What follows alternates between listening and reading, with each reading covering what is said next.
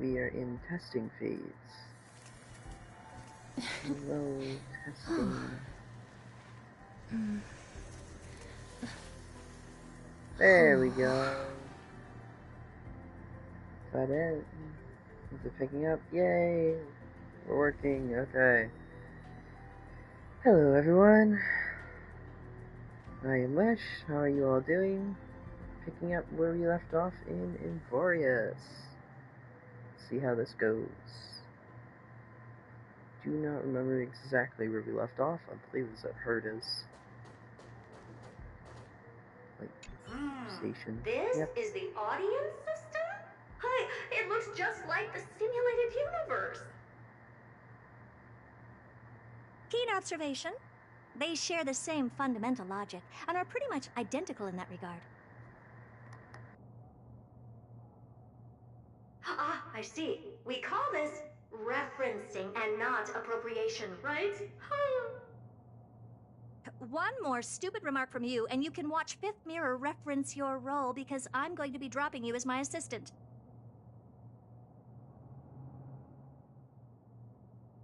Focus now. The audience system is divided into 3 zones: energy supply, computing, and communications. Each zone operates independently and will only be integrated via the path of erudition when the system is booted. Sending a message to Droidhead involves more intricacies than you can imagine. If routine trials and maintenance on such an elaborately sophisticated system are already as bad as squaring circles, then it's no surprise for glitches like this to crop up. I see. So, Madam Herda, can you use your professional judgment to tell which zone the glitch is in? Of course, all 3. No sweat. They'll be up and running again after some simple technical tweaking. The 3 zones are compartmentalized, so we're going to have to troubleshoot them one at a time. Let's start with the energy supply zone. Get ready, and then we'll go over. I'm just a mirror, Madam Herda. If you're ready, then your reflection in me will also be ready to go.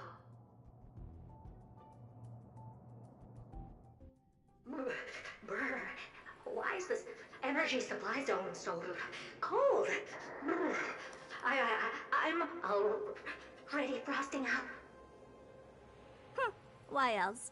I've converted the energy core that supplies all of Herta Space Station into imaginary state and stored it in this zone. If not for the ultra-low temperature here, the space station would have long blasted up into the sky. But aren't we already in the sky? You're just a mirror? I don't need you to take on comic relief, too.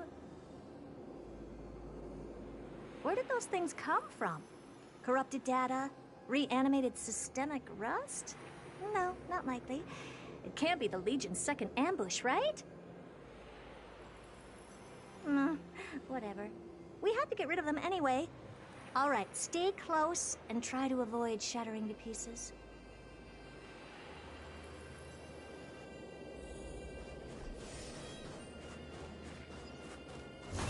Emerge from your cocoon.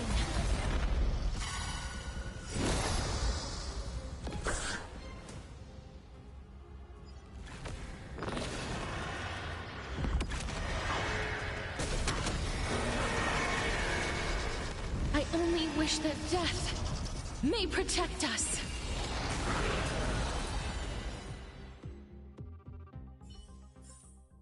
May wandering souls find their own way out.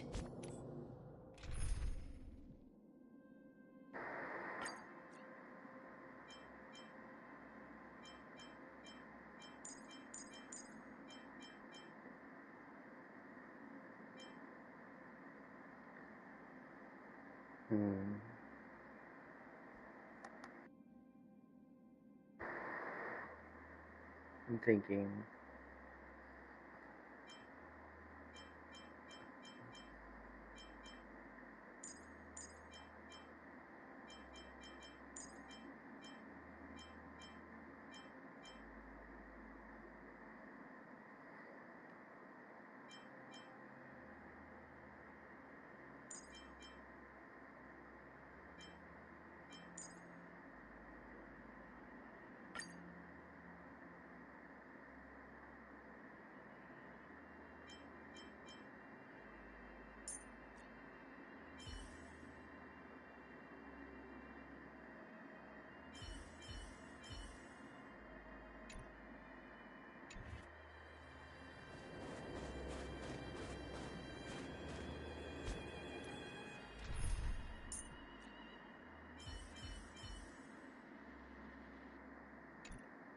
Yeah, what can you past stress?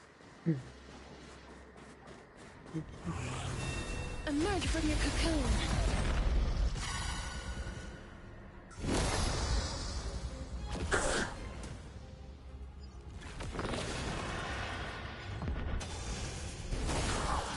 Please open up! Have some sunshine! Like a warm current. My thanks.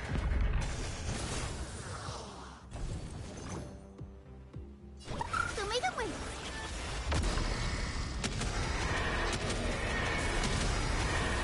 May death protect us!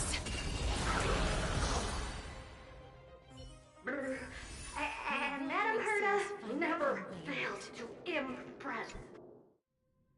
What in the... How did all these disgusting bugs get in here? We're going to need out-of-this-world computing capability if we hope to meet Droidhead. If we can't churn out calculations faster than a Yottaflop's computer, then we can forget about having them notice our existence.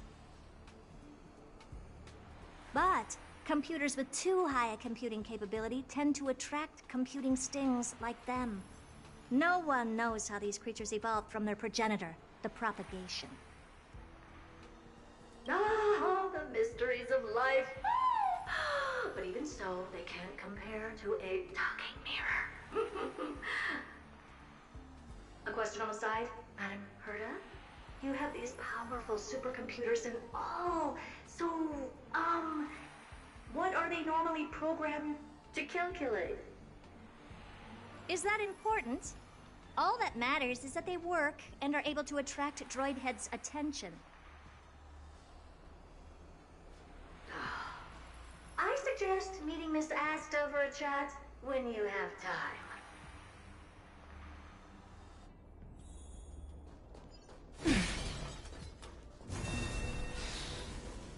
Emerge from your cocoon.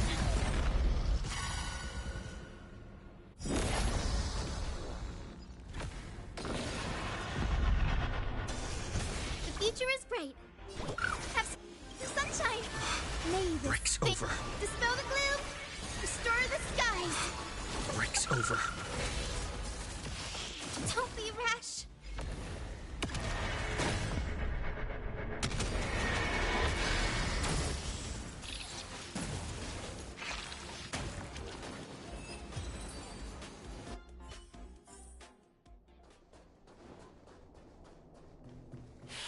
Emerge from your cocoon.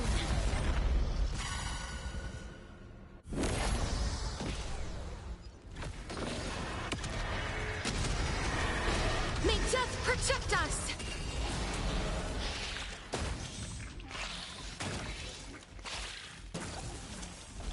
Guide with a rainbow bridge. So make it wait. Like a warm current. You just don't My learn. thanks. As you wish. Don't let waves open your throat. Sink with me. We can do it! Have some sunshine. Like a warm May current. My Dispel the thanks. gloom. Restore the skies.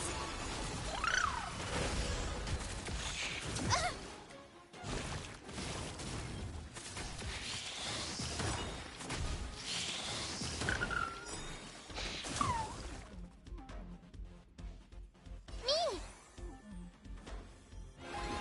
Me. So make it wait. I shall remember this warmth.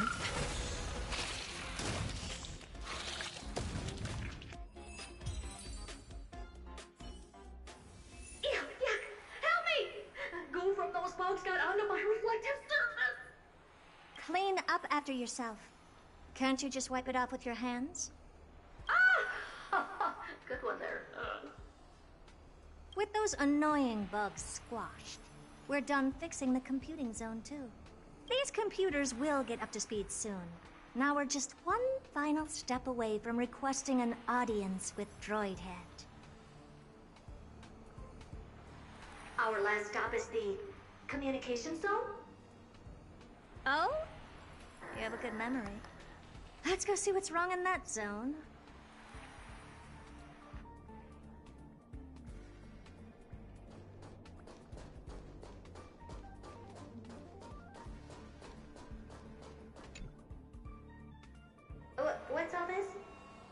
your puppets would be in here too, Madam Herta.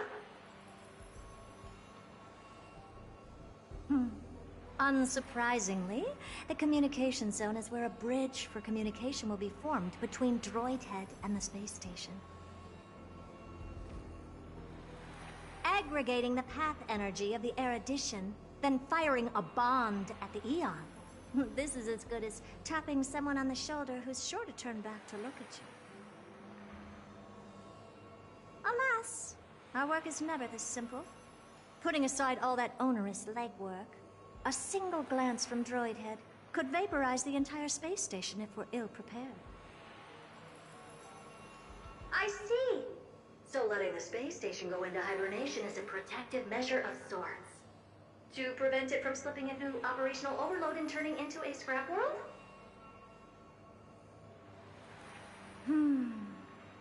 Very perceptive for a mirror. Mirror see. And here. Mirror do. No, I neither have eyes nor ears. This dome seems to be functioning fine. These puppets are doing their job, and I don't see any obvious malfunction. Things may look fine only on the surface. Madam Herta, behind you. Huh? What does she want?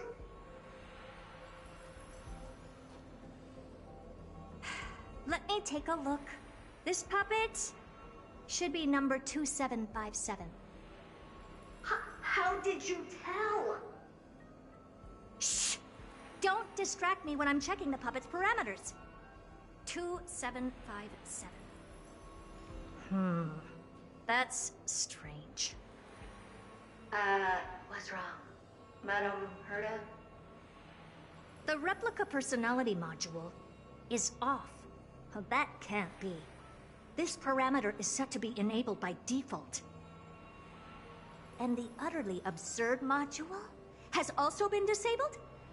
Something's definitely wrong here. I checked a couple days ago and made sure every puppet has it switched on. The attack, anything, everything module. No, wait. Why do you even have such presets? Is enabled. Intruder detected. Drats. Come and help me, Mirror.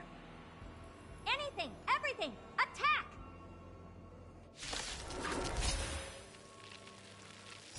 These are mimetic remnants of the Remembrance? So they were the ones that corrupted and tampered with the settings of my puppets? Stay here in the abyss's revels. Your cries rise. Have some sunshine. May the Breaks thing over. dispel the gloom. Restore the skies. Like a warm current. My thanks. We can do it! Trust me. We can do anything! Me. Life is not built here. Embrace a new life. Egad! What a close shave! But why are these remembrance memes even showing up here? That's not the only one. Look at them. Number 7631 and number 10136 are affected too. Can't you do a factory reset on them? Sorry to disappoint. The Absolutely Not module has been enabled, so not even I get to bypass its permissions. Whoopsie. What were you really trying to achieve with these creations? Just some toys to amuse myself with. Finding the source of the corruption can wait. These puppets no longer have use now that I'm here. Take them all out. Defective goods ought to be sent back to the repair center. I urge you to go easy on them, for the sake of the space station.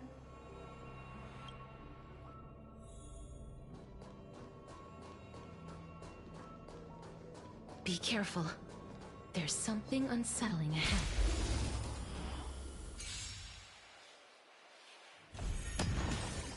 Guide with the rainbow bridge. bridge. So make it wait. I shall remember this morning. I choose you.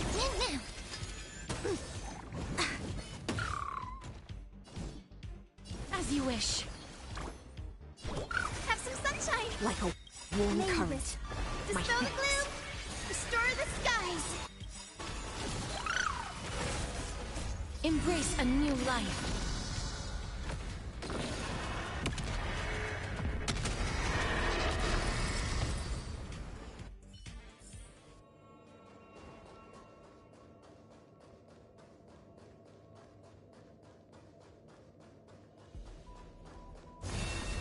Emerge from your cocoon.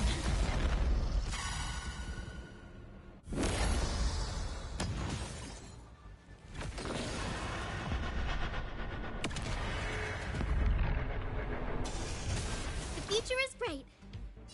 So make it wait. Like a warm current. My fix. I'm on it. We can do it. Please cherish this time. Return to dust. Guide with the rainbow bridge. Have some sunshine. Like a warm Name current. this thing. My Dispel fix. the gloom. Restore the skies. Break's over. Mimi. Mimi. So make it wait.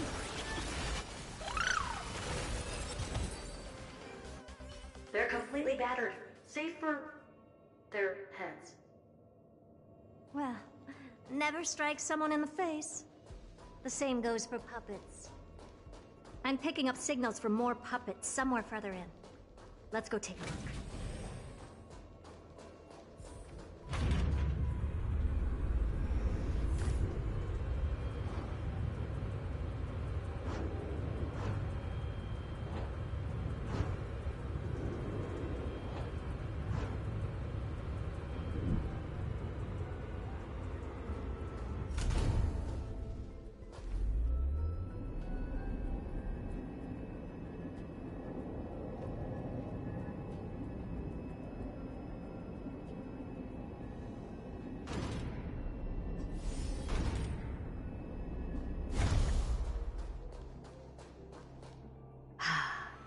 Number 0988. The pride of my creations. Should I even be curious?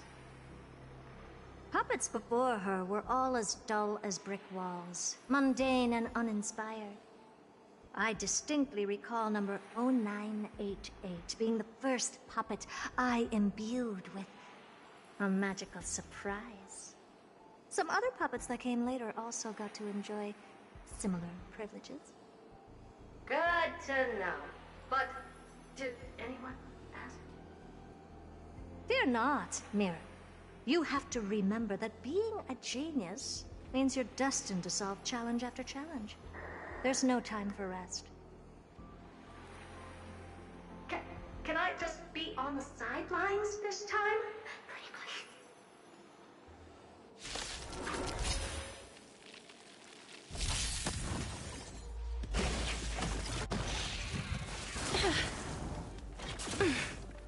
They're lost.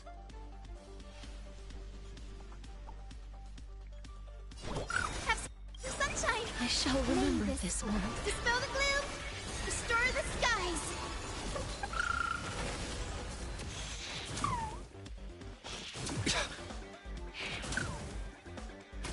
This is being in sync. We can do it. Please cherish this time. As you wish. Embrace a new life. Trust me. We can do anything. Mimi. Mimi. Life is not so fragile. Return to dust.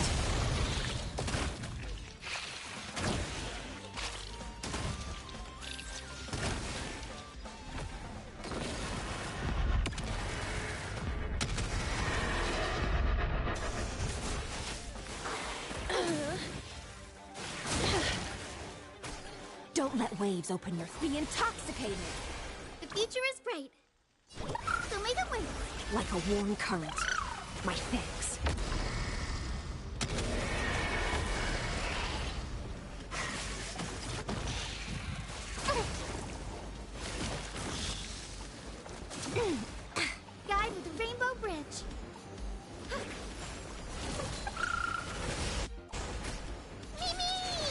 I'm on it. Mimi, Mimi.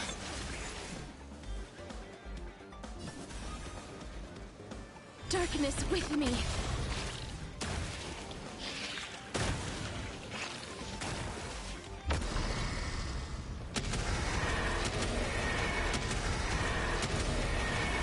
May death protect us!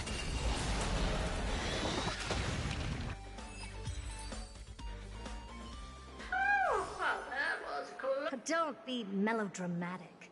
Working even a single brain cell of mine to take out foes like her is an outright waste of my smarts. I take it we've taken care of the problems in all 3 zones? Does that mean? Not yet. There's something else we need to deal with. It seems we've had a little tag-along all this while. You've got quite the sharp eye, Madam Herta. Would you like us to help? Sure. Go ahead and summon the whole team, Fourth Mirror. Considering the gravity of our endeavor, we can't allow a little thief to spoil the show.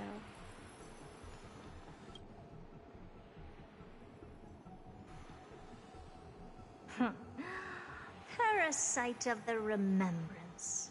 Do you truly think your atrocious disguise can outwit the keen sight of a genius like myself? Once you're reflected in my mirrors.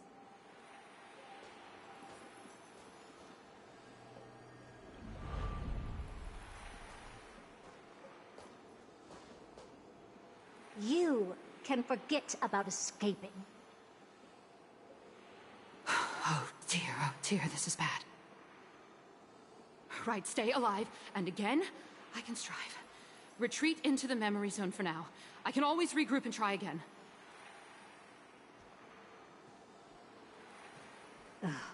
Someone hasn't been paying attention.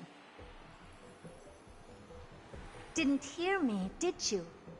With those petty tricks of yours. Do you actually think you can slip away right under my nose? Herta. Madam Herta, wait. What do you want with me? I'll spill it all. The garden's secrets, and what they're after. Everything. Please, just spare me. Well, is that all you've got to say while your life is at stake? That's hardly worth anything. Need a little refresher? I am Herta, Genius Society number 83, the one to unravel the mystery behind the imaginary leakage phenomenon, and key holder of the imaginary implosion pulse. Do you honestly believe I'd seek any counsel from you? I... Hush now. Keep quiet. This is my moment to shine, so just listen. You crept in here to steal Noose's memories, didn't you? And messing with my precious audience system is just a ruse to lure me here so I can lead you to them. What a shame. You're only a step away from completing the mission assigned to you.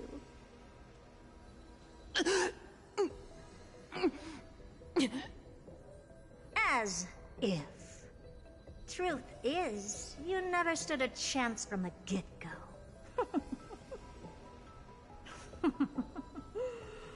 Think I only have Fourth Mirror following me around? Oh, then you've let your guard down. Because her siblings have long been watching your every move.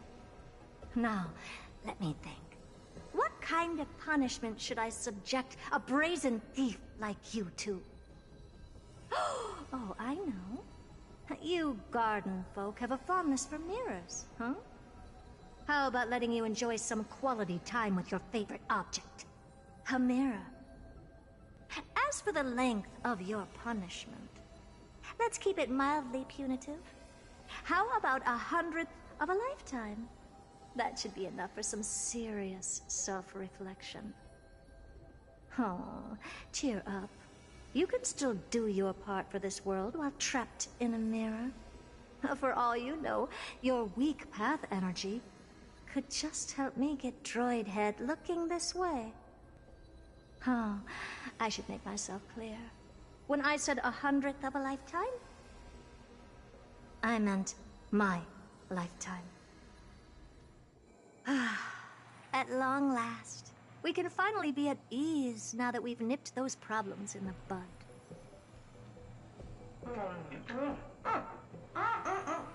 This is yummy. Oh, cut that out! Those weird noises make me seem like I've got a few screws loose. Put that little thief to sleep for now. We can decide her fate later. Oh, sweet and venerable Madam Herta, when did your heart turn this tender? The audience system has been rebooted. This is finally it.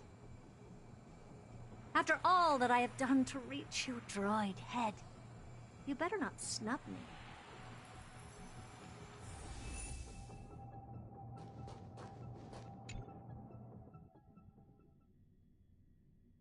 The path space. This isn't a figment of the simulated universe, but a perfectly tangible and accessible space. Right. Now's not the time to wallow in nostalgia. Droid head, will you answer me?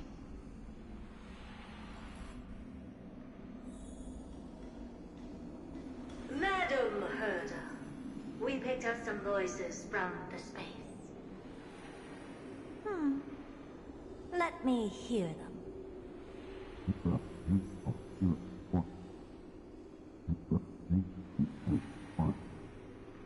Is this binary arithmetic? Could it be droid head?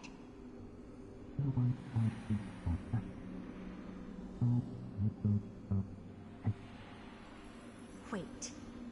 There shouldn't be a 2 in binary arithmetic. Is this some kind of prank?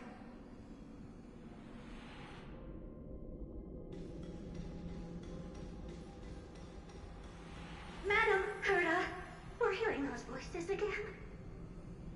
What now? What should we do?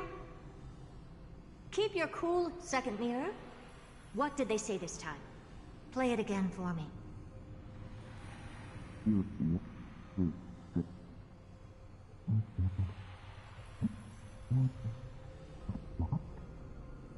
Door? Locked? No, this isn't the voice of the path at all. What in the world is going on?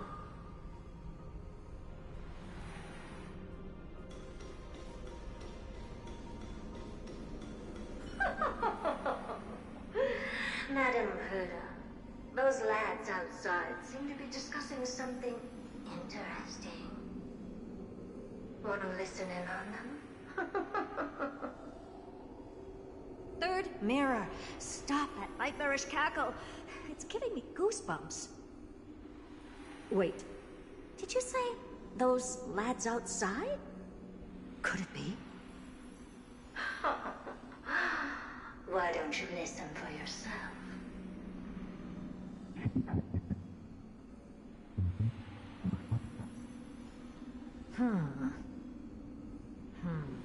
This isn't right.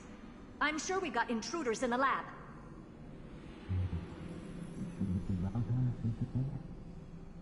I'm not sure she'll be happy about it, but we have some talking to wait. Wait! Stop! Whatever you're about to do. No, don't even think about it. Whoever you are, you better not interrupt me right now. I must continue forward. Just a few more steps and I'll be able to see Droid Head.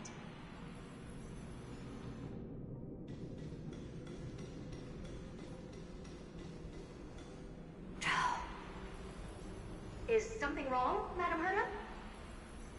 No, it's nothing. I was just thinking. Madam Herta? I think you'll want to listen to the voices from beyond this space. I'll leave it to you then, Mrs. Samuel. Wait, what are they up to? Is this the Harmony? Ridiculous. Hoping to stop me with such cheap parlor tricks. Not a chance. Easily dispelled the resonance of his subconscious mind. As expected of an emulator. Is there something else we can try? Presumptuous fellows. Who are you to interrupt Madame Herta's experiment? Let's ignore them and keep going. We haven't seen news yet.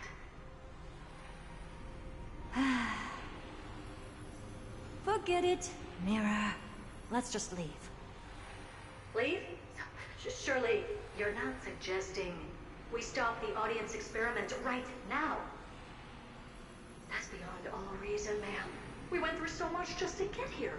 And now we're just one step away from making contact with the Eon themselves. Please! You know how insanely costly it is to reboot the audience system. But if I were to ignore those two intruders and continue onward, when Droidhead casts their gaze upon the space station, the blast of energy generated in that instant is sure to burn them to a crisp. Experiments can always be repeated, but humans cannot be brought back to life.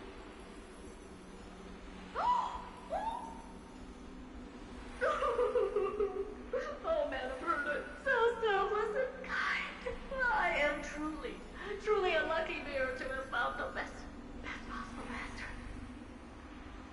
Enough! Don't use that nauseatingly fawning tone on me. Looks like I'll have to abort this prematurely again. But mark my words, Droidhead. I will be back for you.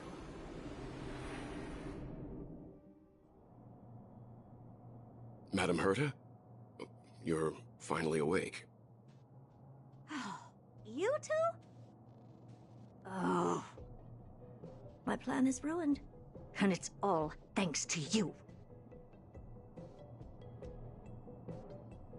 Your plan? My sincerest apologies, Madame Herta. We weren't aware this was a part of your plan. The space station was in complete darkness when we arrived, so Sunday and I assumed something bad had happened. We continued further into the space station, hoping to find the cause of the blackout, and that's when we chanced upon your actual self. How did you get in? The door wasn't locked. All right, fine. I am a person of reason, after all. You're not to blame for this. I am familiar with Mr. Yang of the Astral Express. But the one next to you? Looks like Madame Herta doesn't pay much attention to cosmic news. Please pardon my manners. It is unbecoming of me to forget the most basic of courtesies amid all that has happened. My name is Sunday, and I'm just a passenger of the Express. And this, unremarkable passenger happens to be a Harmony Pathstrider? Do you take me for a child? In any case, I don't suppose you came all the way here just to check on how the space station is doing? Well, we were worried for a moment there, but it's good to know the space station isn't in any kind of trouble. We're here because of amphoreus, Madame Herta. Why does that not surprise me? Oh, something occurred to you? No! I've told Himiko everything I know. Nothing about the world sounds right. Droidhead has cast their gaze upon numerous worlds in the past, and every one of them is etched in my mind. So how could I possibly not know about it? Perhaps those garden folks lied to you. Anyhow, I've looked up the name amphoreus in the simulated universe. Though clearly irrelevant results have already been filtered out, there's still an unbelievably long list of generated results. Something about how the divine amphoreus team will swap out their current crest emblem for one in King Babaru's likeness in the next season. I hope that can be of some help to you. We may as well take a look at it. I still don't get it, though. Didn't the Astral Express already depart some time ago? Is that world so incredibly spectacular that it warrants this return trip?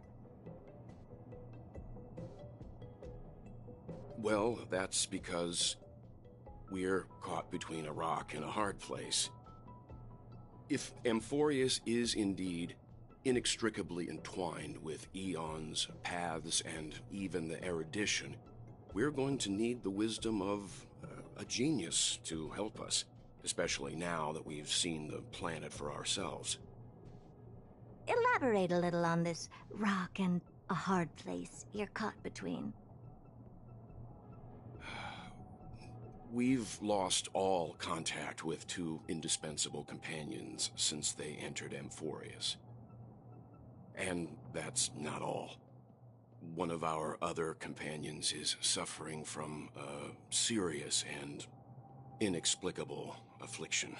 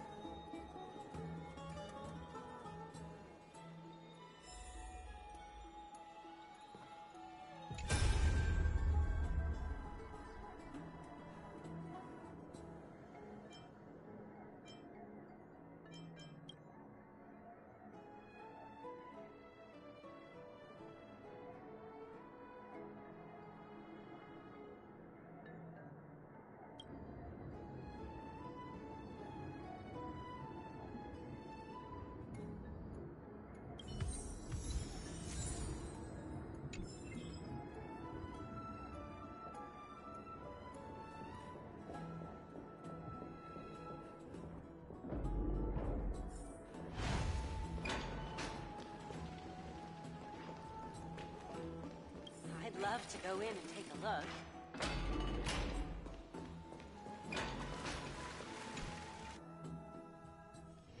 This place is rich with the sweet scent of flowers. Can we stay here for a while? Oh, Majesty of the 12 Titans, pillars of the world. We seek your divinity to mend the rifts of the world. Fill our bodies with blood of gold. Your guests are here, Finan. We can begin the ritual now.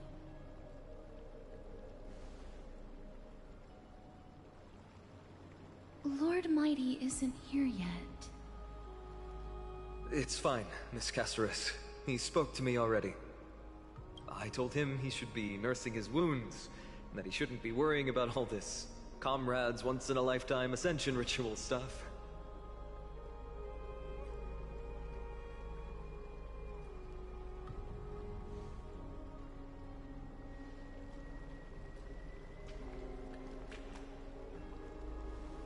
So, I'm ready to begin. Teacher, show him the way forward.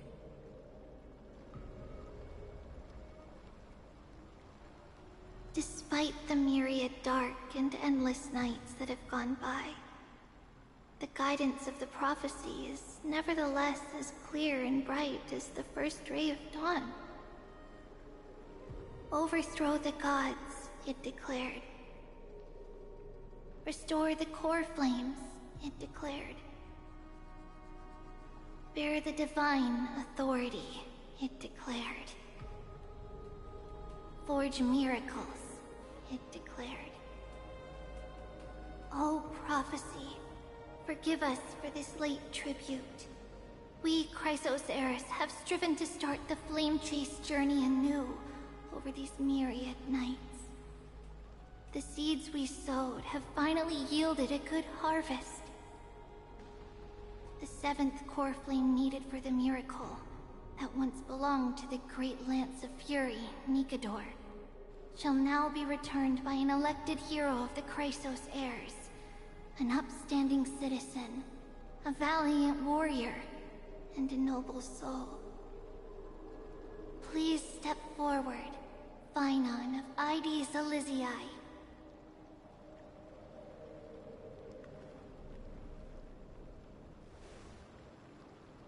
Recite with us.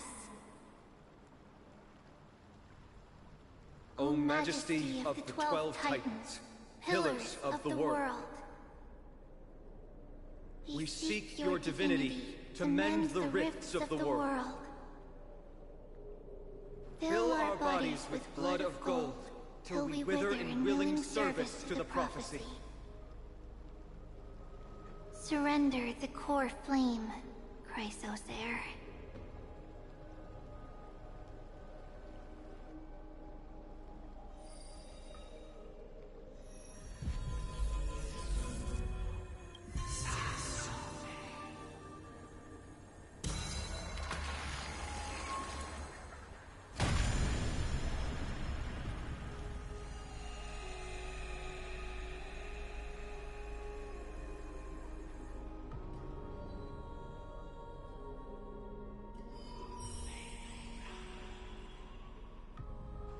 The Lance of Fury's constellation is illuminated.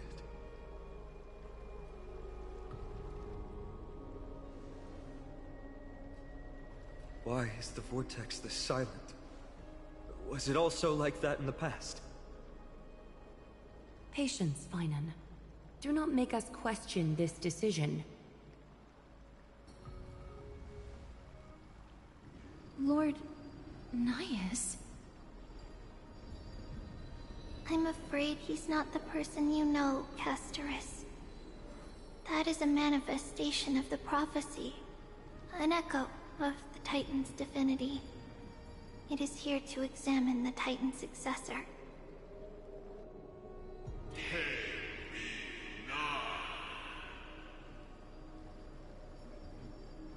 Mortal, who wishes to inherit my divine authority. Your strength and character have been thoroughly tested.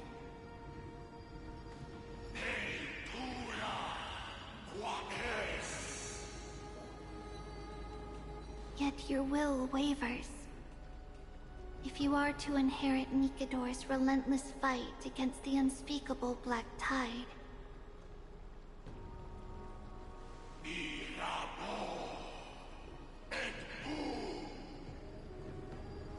you must accept a trial of divinity. Prove that you possess an indestructible will, and vanquish the fears deep in your heart. Vanquish the fears in my heart. So be it. No matter what obstacles you plan to put in my way, I'm ready to overcome them. For our prophesied tomorrow, I will become the god Amphoreus needs.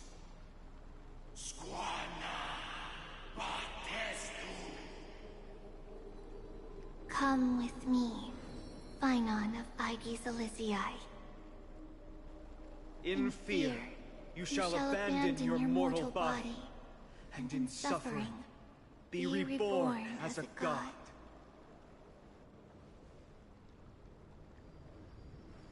Wait for my return, my friends.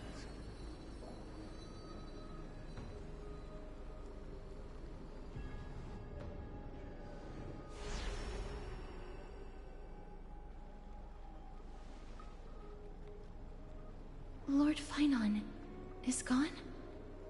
He has stepped onto the battlefield to fight a campaign that can only be won by him alone.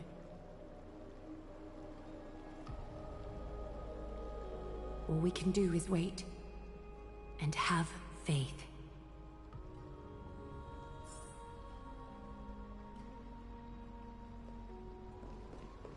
I pray you truly are prepared, Lord Finon.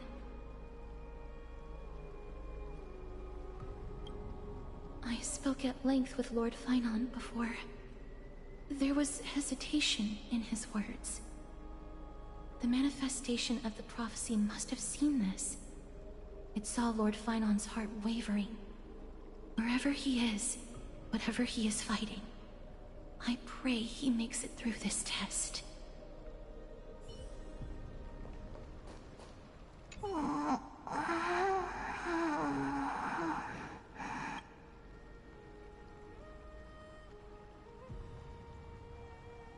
Snowy.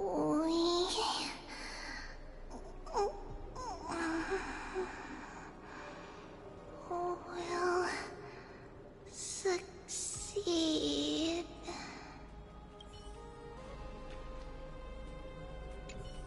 Finon steers his own fate. If he can conquer his fear and return as a demigod, we will be one step closer to the miracle that the prophecy promised. You must have noticed by now. Every Chrysos heir here bears a flaw of sorts. Be it the curse of immortality, or the constant erosion of their humanity, or... But not Finon. He is a Chrysos heir without flaw, a perfect vessel for divinity. There will come a day when he leads everyone we have left, through the gates of the miracle. Still too late, huh? The constellation of the Lance of Fury is already illuminated. The core flame has been surrendered. The Lord Finon's test isn't over yet. The prophecy sent an ambassador. They acknowledged Lord Finon's strength and character, but had doubts about his strength of will. He must conquer his fear and prove himself to the prophecy. I was right to be worried. I want to formally thank you, outsiders. Were it not for your aid, our campaign against Nikador would have been 100 times more arduous. Kremnoans revere strength and military might. But that does not mean we lack etiquette.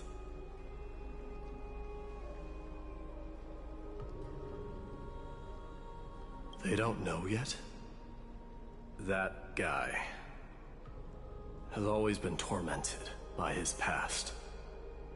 I may not be the right person to tell you about him, but you must know his past if you are to continue fighting alongside Finon. Lord Mighty, please allow me. Very well. Before he was chosen by the prophecy, Lord Finon had everything taken away from him. His home, his family, his close friends. Everything he once swore to protect. He became a hollowed shell in his youth, and the blazing flames of vengeance were the only thing sustaining him. The prophecy gave him a new mission, granting him a new life as a Chrysos heir. But which is more important to him? His new mission, or his desire for revenge? I'm afraid only he knows. No. Perhaps he himself is still struggling to get to an answer. I acknowledge his strength, but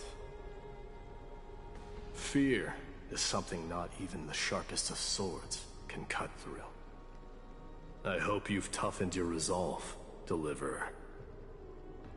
Only a will as tough as stone can shatter the darkest nightmares.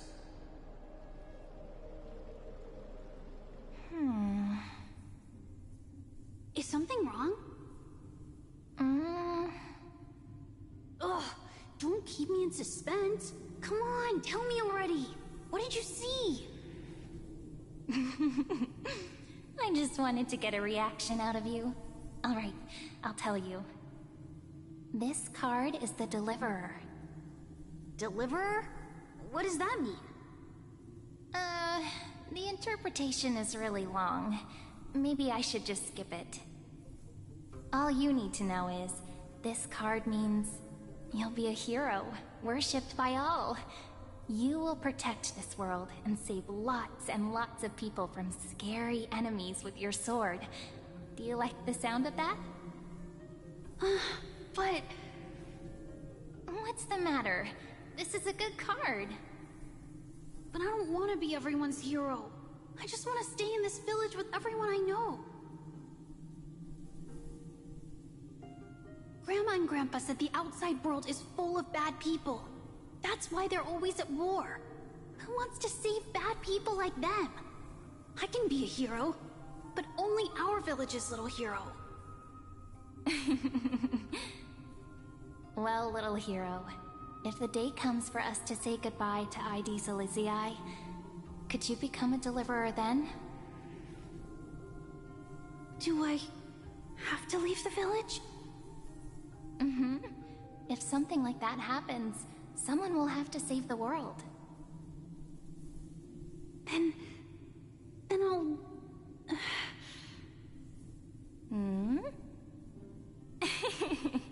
I'm just teasing you. Don't worry. ID Silizii is a peaceful place. Bad people won't reach us here. Are you going home already? If you're not in a hurry, should we go play with the fairies again?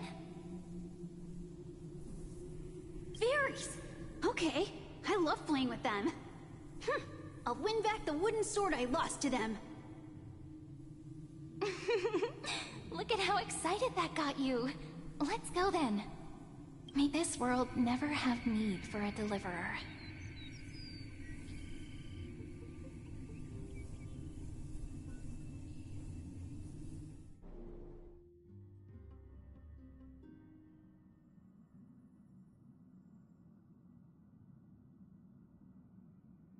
Of course the food's ready! March isn't feeling well, so Pom-Pom has specially prepared the conductor's special bland meal that'll be easy on her stomach.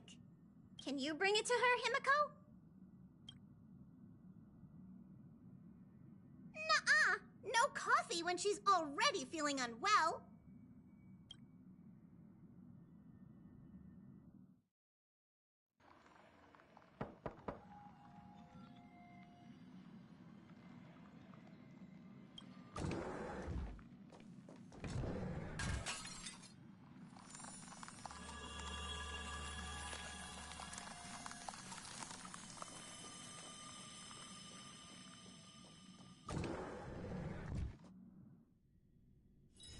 This place is rich with the sweet scent of flowers. Can we stay here for a while longer?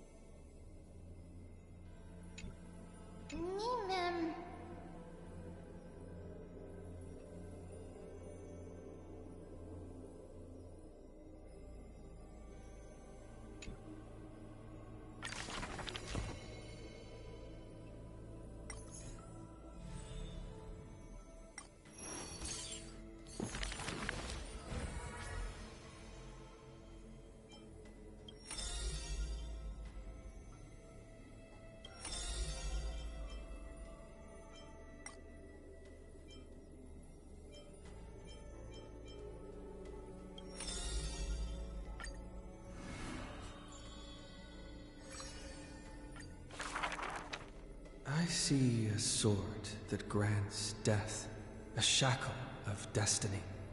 Next, the silver-haired girl, worshipped at the demise's hallow.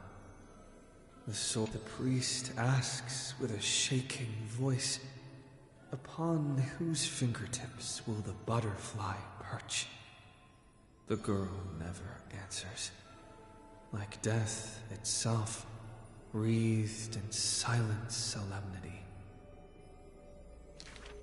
People often say that dying is to meet the palm of the hand of shadow, and dreaming is to be brushed by its fingertips. In the mirages, when the girl petted death, she sees black waterfalls foaming and bellowing, pouring down from a chasm in the sky, where a solitary tower withstands the mighty torrents. When she wakes, she can still feel the water's freezing touch, and the cacophonies billow, like the wail of the dead, the howl of beasts in confusion, delirium, and clamors hollow. The girl's embrace is not meant for the living. Thousands have entered the eternal sleep in her arms, granting to the dead solace and dignity.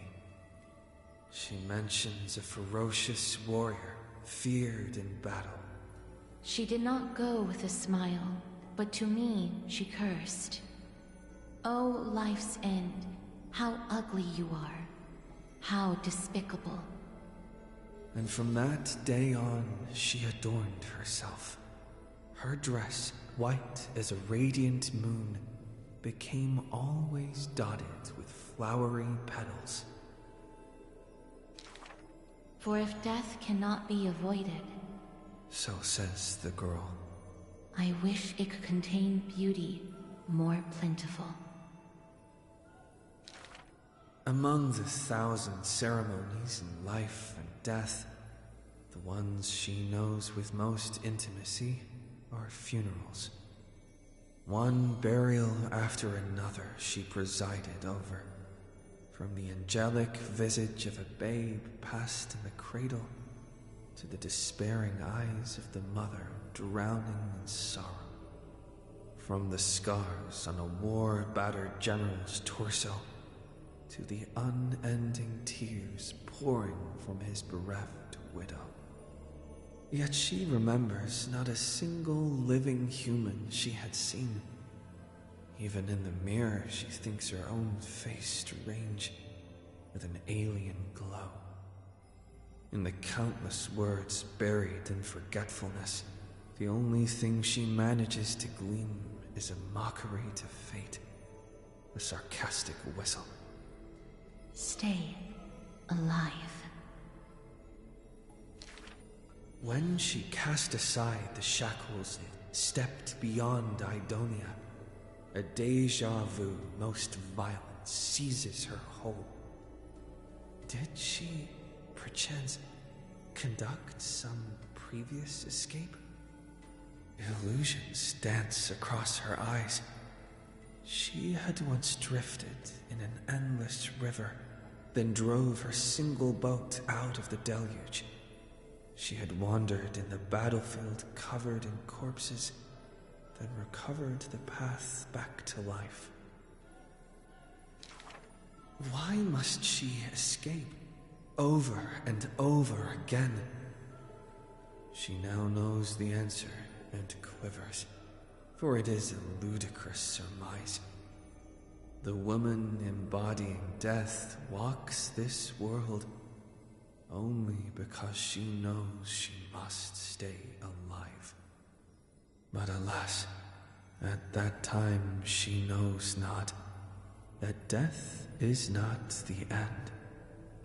It is only a butterfly landing on a withered branch, utterly meaningless, profoundly trite.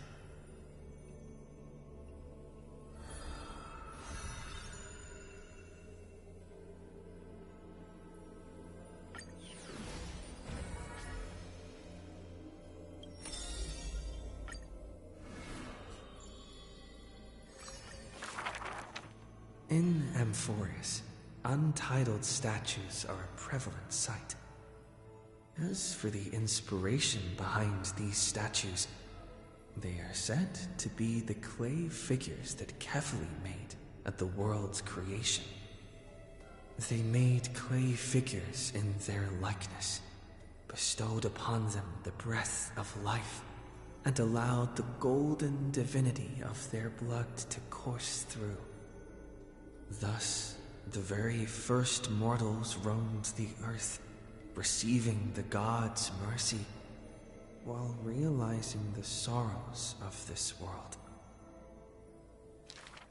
In front of a statue, the people of the holy city beheld a man, Finan of Ides Elysiae. He never spoke of his origins, only using this name to nonchalantly identify himself. That's not really his name, is it? People cast sidelong glances at him, their minds swirling with doubt. The man merely responds with a breezy smile, neither confirming nor disproving their speculation. Finan is a soldier, one with divinity coursing through his veins. Responding to the Gold Weaver's rally call, he traveled long and far to reach the holy city, eager to bring light to the hero's path.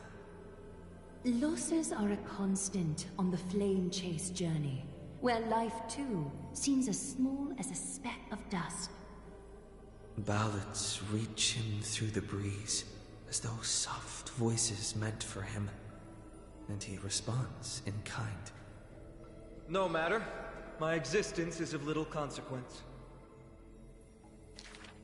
Ides Elysiae, the man's hometown, shrouded in secrecy, just like his past. Some have searched for that distant village, yet found it neither written about nor passed down through song. In every nostalgic reflection, the man crafted a vision of paradise with his exquisite poetry. Yet, within the ancient texts of the holy city, the history of that frontier village remains more obscure than the days to come. In the far-off future, the land of Amphoreus will bear the marks of the hero's footsteps. With sword in hand, the man will inscribe an eternal mark in the Chrysos epic.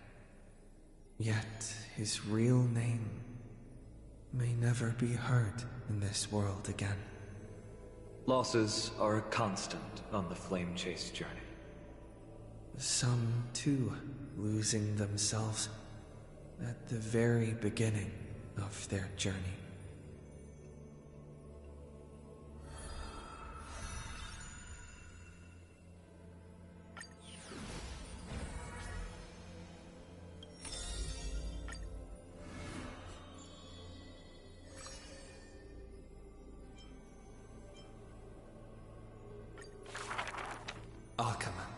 A city that warriors look back upon before marching toward the battlefield.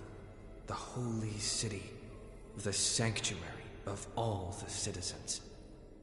Just as the poets of the city have sung, the epitome of magnificence, unbounded benevolence. And the beauty of the holy city is like Aglaia herself, dressed in finery and of noble birth. She is the dressmaster of Akama, the one who weaves with golden threads. But there's one thing she'll never be able to achieve. A jealous whisper can be heard. She will never be able to produce something seamless. Golden threads quiver, and a gentle wind rustles by her ear. She maintains her silence, but others fan the flames. Is that so hard? Her scissors and rulers are better than any garment maker, sculpting forms as perfect as the gods themselves. Lady Aglaya, grace our eyes with your most elegant creation. No. Ingratiating words do not sit well with me, nor do duplicitous machinations. Her gaze flits across the stoa, equally regarding every member of the public. They used to wonder, how exactly do her eyes perceive if something is beautiful or not?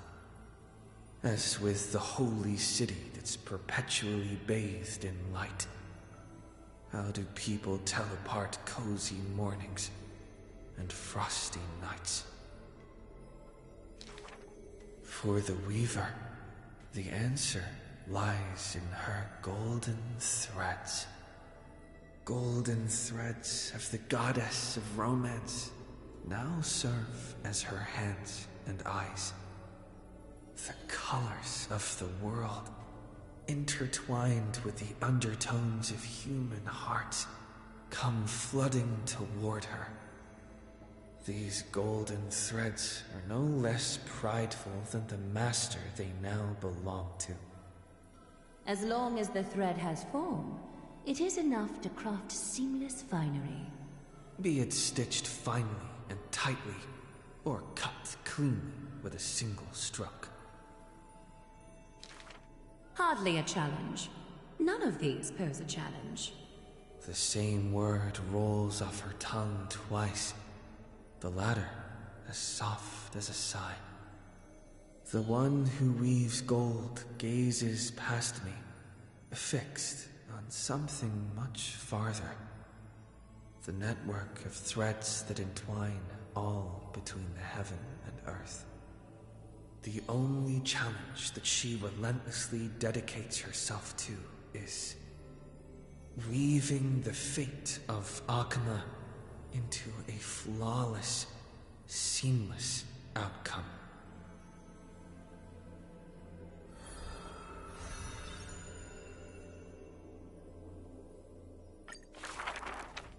A long line stretched across the square. Merchants, shopkeepers, and even high society elite, all lined up together without distinction. At the head of the line was the path to Aglaya's abode. Is the holy city's fashion trendsetter going to reveal her newest masterpiece? She's about to get rid of her failed pieces! Now I see why the holy city is free of worries. Even as the inn nears, they're still obsessed with lavish clothing. New to Akama, a visitor from elsewhere ends up utterly bewildered at the sight. It is said that a family of priests who worship Nestia go way back with the Weaver. But her impeccable gift for weaving isn't meant to serve anyone's pursuit for pleasure. What was once a sacred duty was misunderstood by the beauty-obsessed, who mistook fallen shreds for priceless treasures. Are flawed creations really still worth the people's adoration? The Weaver shakes her head. She seems to have forgotten something. It is precisely the flawed hero who walks ahead of the crowd, who casts a long shadow over the world, and who strides toward everlasting daylight. There are, nevertheless, people whom the Weaver is willing to sew and tailor for. Her conditions, though. Beauty sharp as a blade, and the relentless pursuit of beauty. Me! I want to be showered with a thunderous ovation, and lots of flowers. A melodramatic poet speaks out. I want to stir her emotions. The voice of a blushing young boy. Do I fit the bill? My sister and I are refugees from the Abyss. I want to get a pair of shoes for her. A seated child speaks up. Next to him is a barefooted girl, staying silent with her head kept low. Unfortunately, gold threads are willful things. They are never swayed by sympathy or pity. A tense and worried look surfaces on the young child's countenance. The specks of dirt on his face brought back memories of a past encounter. Go. The Weaver begins. Go to the 3 children in the city. As messengers of Janus, they will bring him the shoes he hopes for.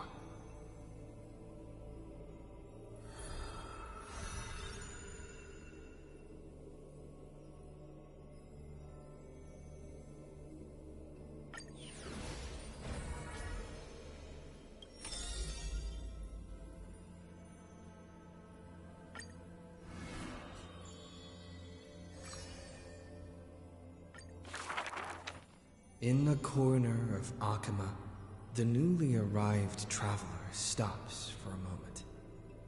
He rubs his eyes. 1, 2, 3? There's 3 identical children? The 3 children have differing smiles.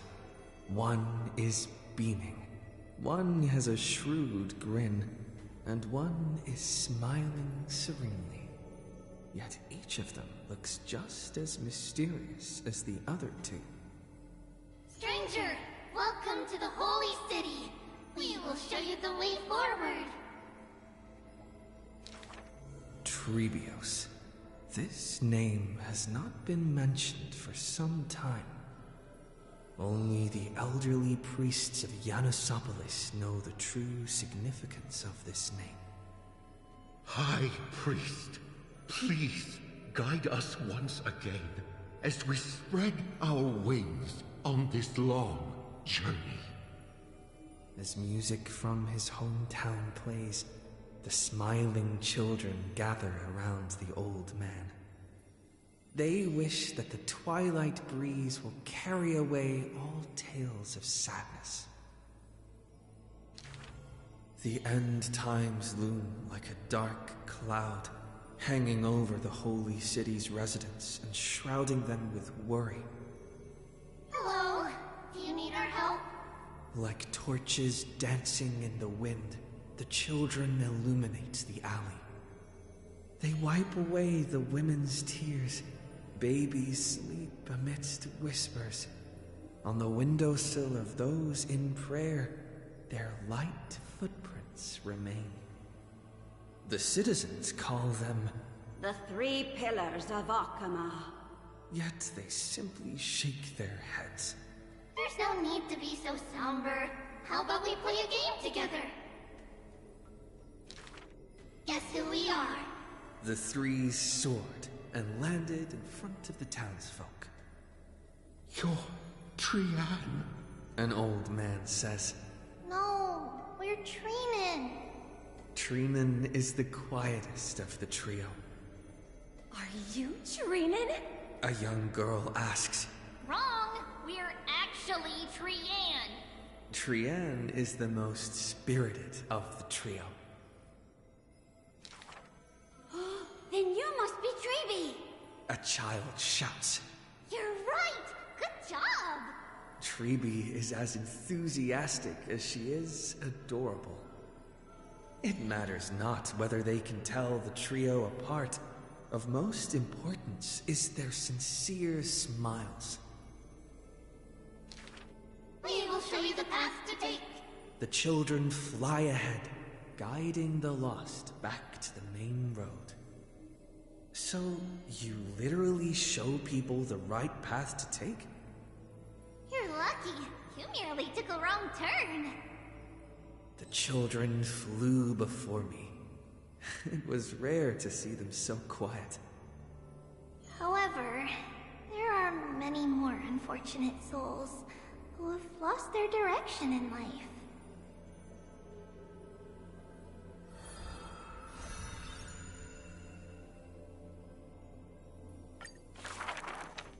There was once a dying soldier on the battlefield who wished to bid farewell to his lover in a distant city, far away. The child leaned toward the soldier and said nary a word as she listened to his final words of comfort. As for the other two children, they were in the city, beside a bed upon which a woman was lying in eternal rest, wailing uncontrollably. Not only do the three children share each other's senses, their souls are also interconnected. When one is filled with grief, the other two will burst into tears as well. Perhaps we should tell you some happy tales instead. The child wipes away her tears of reminiscence. Our greatest talent is performing amphoreus' nursery rhymes! But those nursery rhymes have been told over and over that any literate child could recite them by heart. How rude! The child gently flicks my forehead. You should be reflecting on the nursery rhyme author's heartfelt intentions instead!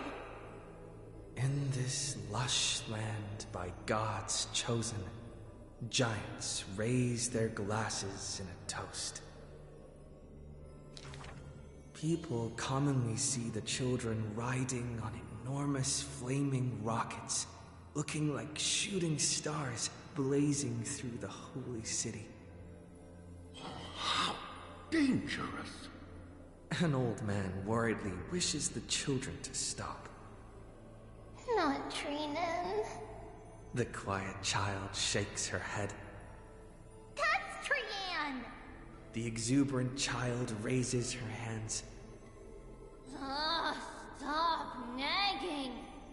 The mischievous child pouts. Can't I just play with something I've created?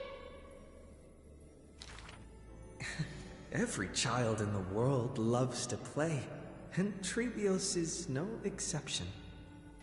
Every child in the world is afraid of pain, yet Trebios tries to act tough. Initially, there were many more of us. The others have merely gone one step ahead. The children swore they were already adults, yet when they carelessly hit the city gate, they cried out in pain together. The tripartite prophecy is but a distant ritual, and the Chrysos wore a painful dream. Echoes from the gate of infinity occasionally jolt her awake, and the distant travels of her identical sisters sometimes inspire uncertainty within her. A new journey only begins when the previous one comes to an end. Despite time marching forward endlessly, the children always manage to stay true to their hearts. They are all that remain of one another, their senses intertwined, their souls in communion.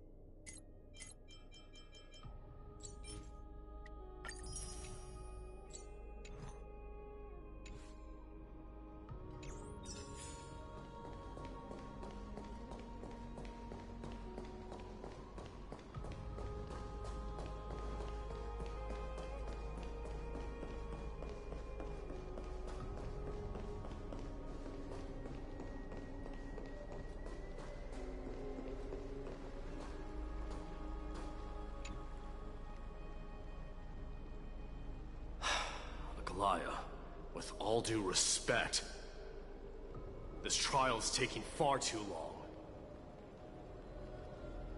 What do you think of this, Trinan?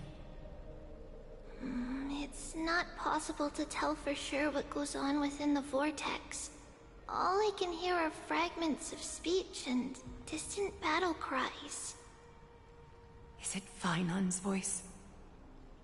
I'm not sure. It's difficult to make out clearly. Wait, no! Lady Trinan. Snowy's voice. I can't hear him anymore. There's a sun-like existence in the trial. It's burning him up. It has come to this, after all. What now? Get ready, my Demos. Plan B.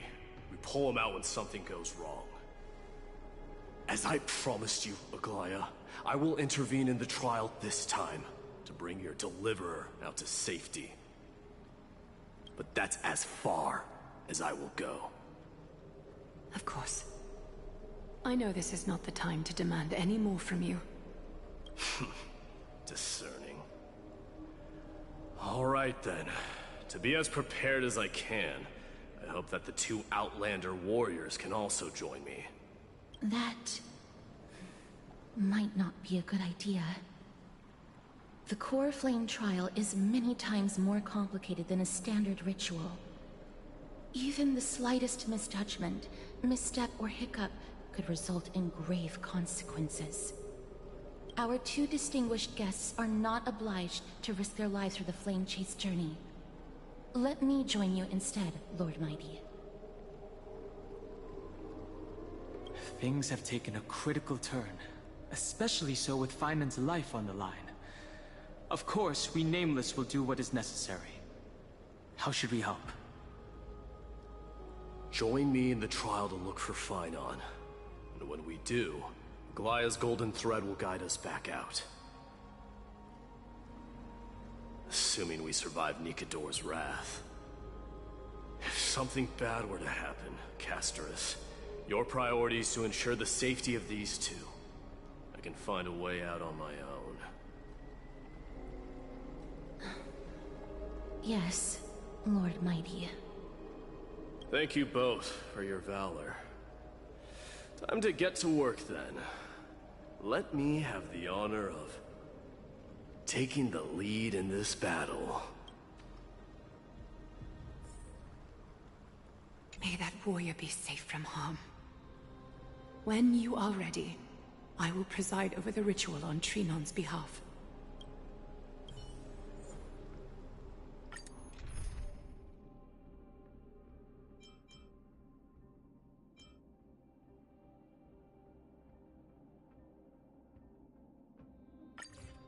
Our reinforcements from beyond the sky.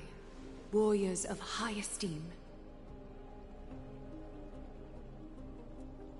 Please close your eyes and hold your breath.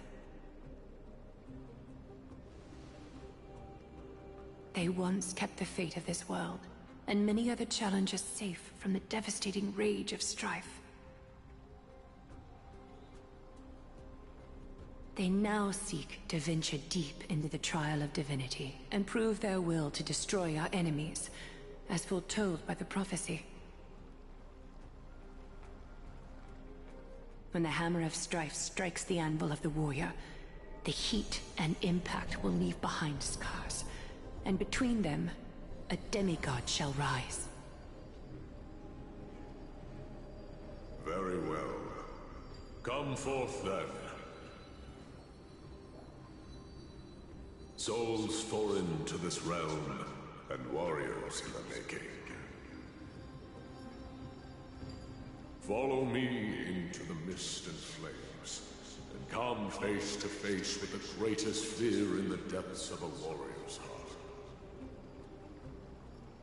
And with thy strength, banish the darkness and usher in sunlight. Let all lost souls find courage on a long journey back home.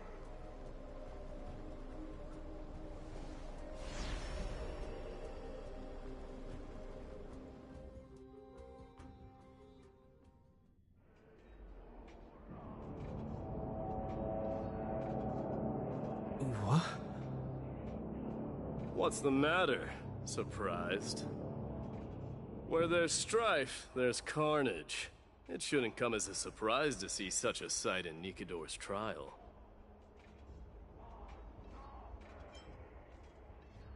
I don't see him around here. We should go first. Let's pray he stays safe. Huh. The greatest fear in the depths of a warrior's heart, huh? So, this is... You won't get away, Kremnoan vermin! Be on alert. The smell of rust is thick in the air. Tell me your name, brute. Your demise shall be a tale I boast about at the feast table. My name is Perdiccas, and I am here to avenge my people. Kremnoans and Akamans are at war? Perdiccas? Even the tragic cries of beasts at the slaughterhouse sound better than your name. Say whatever you like, despicable Akaman. Valorous death before glorious return. May the Kremnoan spirit always watch over me. Foolish brute. I see you're eager to die. Very well then. I shall grant you just that.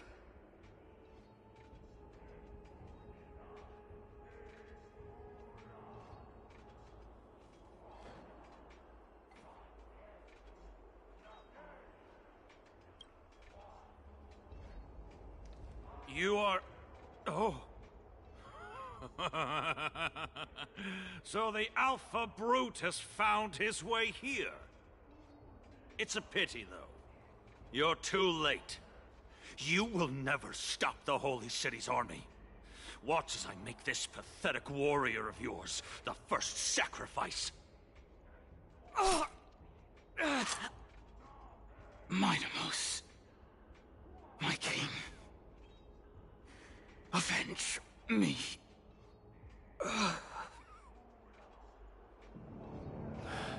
Is this? You're next.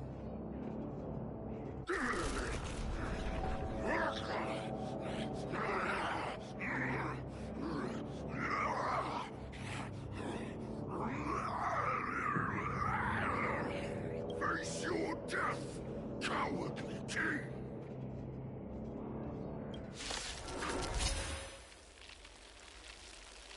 This insatiable bloodlust is a product of Nikidor's wrath. Being in sync, We can do it! Show me your courage! Forever do it! May this fit dispel the gloom, restore the skies. I shall remember this warmth. Me. Please wilt hear. Through my blood, burn it all!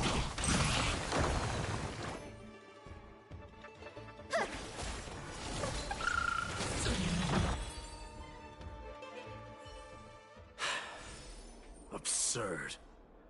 I know this Akaman.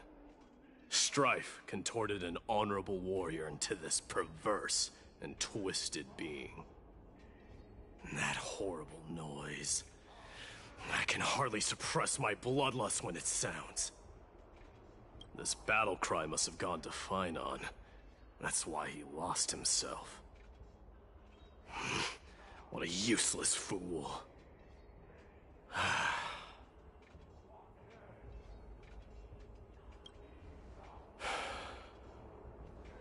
It's nothing. Let's go.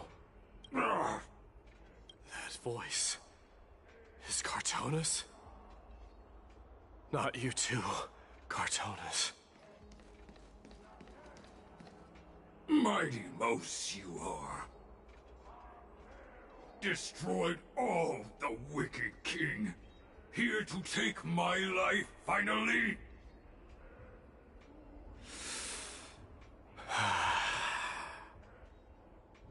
I won't ask how this happened, nor will I hurt you like you said.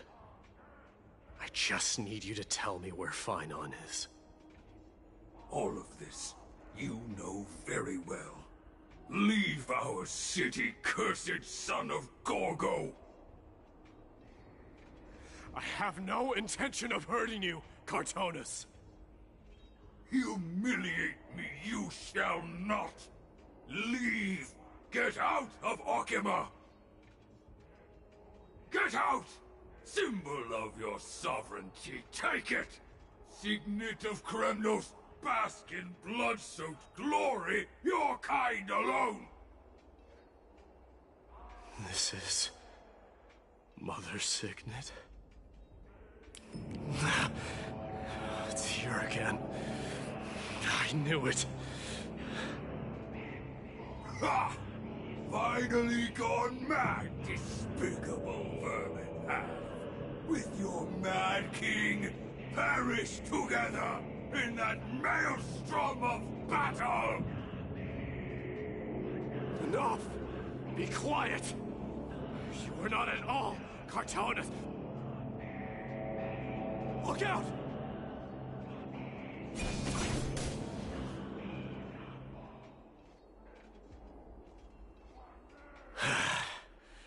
Nice move. You too. I could ask you the same. What was the last thing you said to me before I parted the waters at the Scale Gorge waterscape? Parted the waters?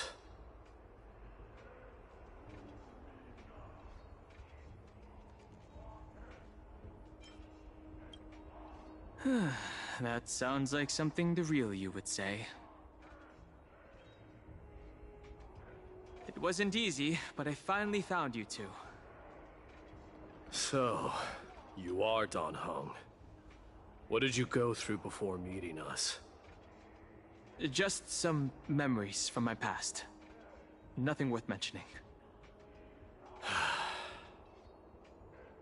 You mean you saw your past too? The trial of strife is a vicious one, all right. What are you thinking? This might not be a single person's trial, but an arena for every challenger to engage their own delusions in a bloody battle. I saw someone from my past a while ago. Someone Finon has never met. That doesn't exactly sound like a bad thing. At least it means we'll be able to find Finon here. We can only hope this battlefield is nowhere as extensive as I imagine it to be. Let's first follow the sounds of battle to their source. The battle cries seem to be getting a lot louder. I have a feeling someone is manipulating this battlefield. Someone who might not be Finon. I agree.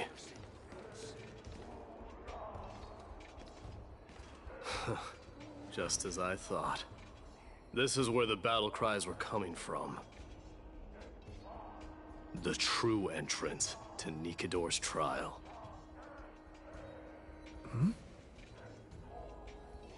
What's wrong with you two?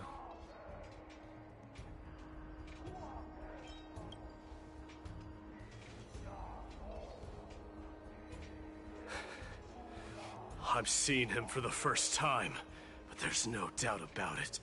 What I'm sensing can only be Strife's bloodlust. The one manipulating this battlefield is Nikador themselves. My demise. You are a keen warrior indeed. You know me? The blasphemous prince. Of course I know you. And I happen to know that you're here for the soul of that white-haired warrior. Great. Let's cut to the chase then. Hand over that poor excuse for a sword master, so we can be done with this farce. No.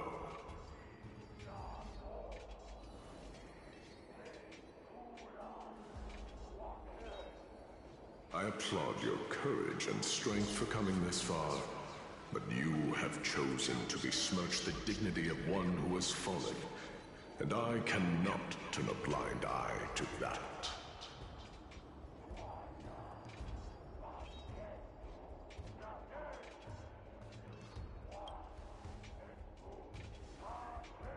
One who has fallen? Finan failed the trial? He faced the greatest fear in the depths of his heart, and fought with exceptional valor, though he eventually succumbed to the brutal onslaughts. I have since brought him to the rear battleground, and granted him glory worthy of his courage, tenacity, and sacrifice. You wish to take him away? Sure. Pick up a spear and prove that your resolve can rival his. Of course, cowards who hope to avoid bloodshed are better off disappearing from my sight this instant. Your opinions are of no interest to me, Mad King. If it's a fight you're looking for, then you will get one, Titan. I will put you to rest once more with my curse of immortality. Commendable. Your noble mother displayed the same spirit with a spear in her hands. Don't you dare speak of her. Why not?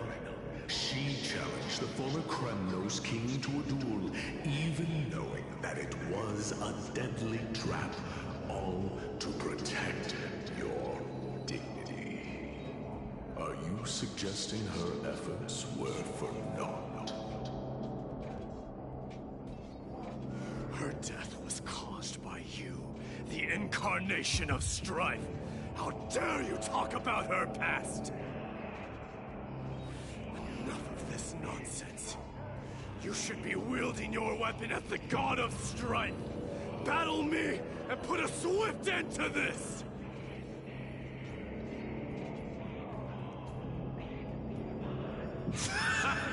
Your hatred is as clear as day, my Demos. My words must have stung you deeply. But thanks to that, I have also come to realize. This is why you killed your father for the throne. Only to let your signet sink to the bottom of the Sea of Souls, refusing to let the glory of Kremnos live on. This is why you slew the Strife Titan. Only to reject the core flame, letting strife continue instead.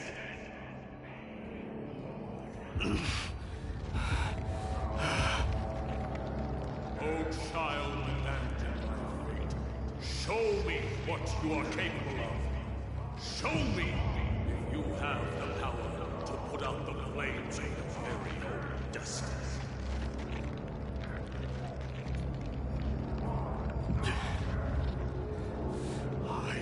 Rip your chest apart, Titan.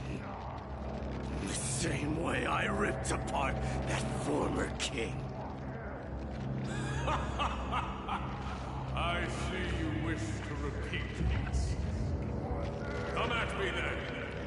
Ignite the flames of your fears and step onto the battlefield. Take this fierce battle to the boundaries of strife and consume me. Or lose yourself in the fight, and watch your defeated corpse burn to ash. But remember this, my friends. The son of Gorgo will be crowned in blood. Very bright, unjust, momentary ascension. To you, the successor of Kremnos.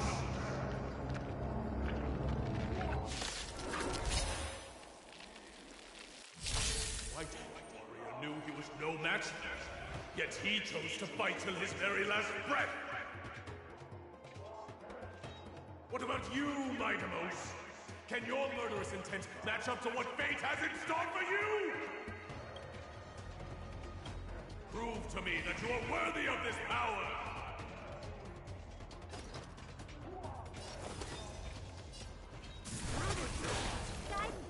Mournful cries.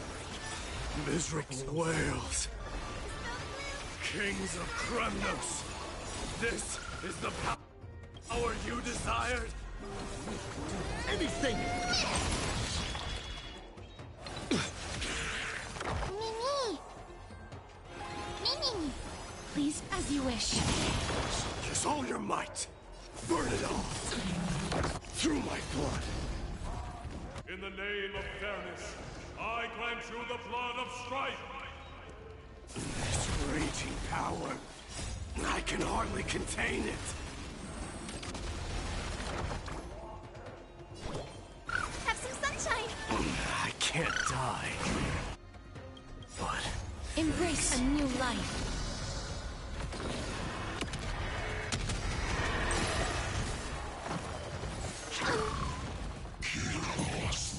Forever doomed! Life is not so fraught. Darkness with me.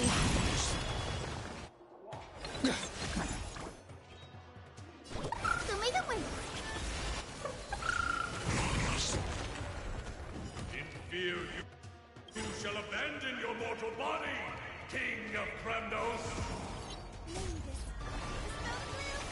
Restore the skies! I can't die. But... how noisy! The future is bright. Have some sunshine! Breaks over. Forever doomed!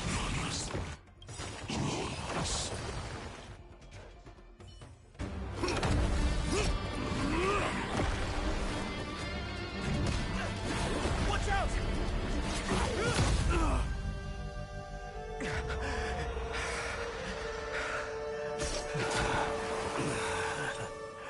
Found you.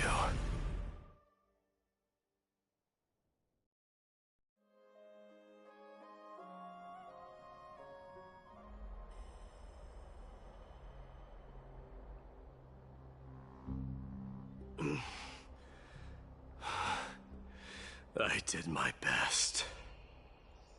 The core flame trial is indeed no place for the weak. Let's just hope that Finan gets through this. There's no need to worry. His soul is in a stable condition. With ample rest for both body and mind, he'll be up and about in no time. The greatest fear in the depths of his heart. Lord Finan must have been forced to relive his past during the trial, and revisit his homeland that had fallen to the Black Tide. In all likelihood. Since coming to Amphoreus, we have heard many talking about this Black Tide. Could you tell us more about it? It is one of the culprits that drives the people of Amphoreus to madness. It was during the Era Bellica that this unspeakable thing first appeared, like a plague, alongside the 3 Titans of Calamity. Nobody knows where it came from or how it came to be. What we do know, however, is that it is steadily encroaching upon what little remains of this tranquil land, much like a rising sea closing in on an island from all sides. It is for this very reason that it became known as the Black Tide. Those who succumb to it lose their reason and humanity, becoming vicious, mindless monsters. Mortals are not the only ones susceptible to its influence. Even gods and titans cannot escape from it. According to Naius, Nikador, though one of the embodiments of Calamity, also bears the responsibility of fending off the Black Tide. Perhaps that is also why Lord Finan threw himself into the trial of strife so readily. But now, we must look for alternative means of igniting the flames of strife. So, Aglaya, what should we do now? You know very well the decision doesn't lie with me. As the successor to Krymnos, Mighty, you know better than anyone that if it were simply about emerging triumphant on the battlefield of strife, you and your people could manage it with ease. But ultimately, the heavy burden of divinity can only be borne by one. It is foolhardiness and indecision, not the unclaimed seed of divinity, that pushes this world into the deathly fog.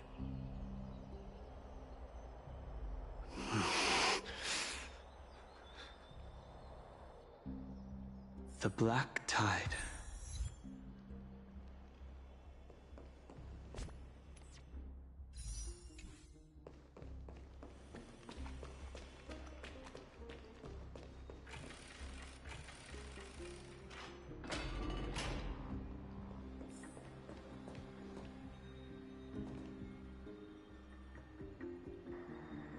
Okay, I will pause here for now.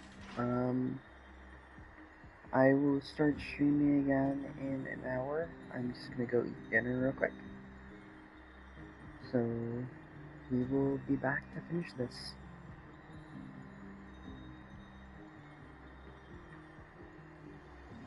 I will end stream for now. See you all in a little bit.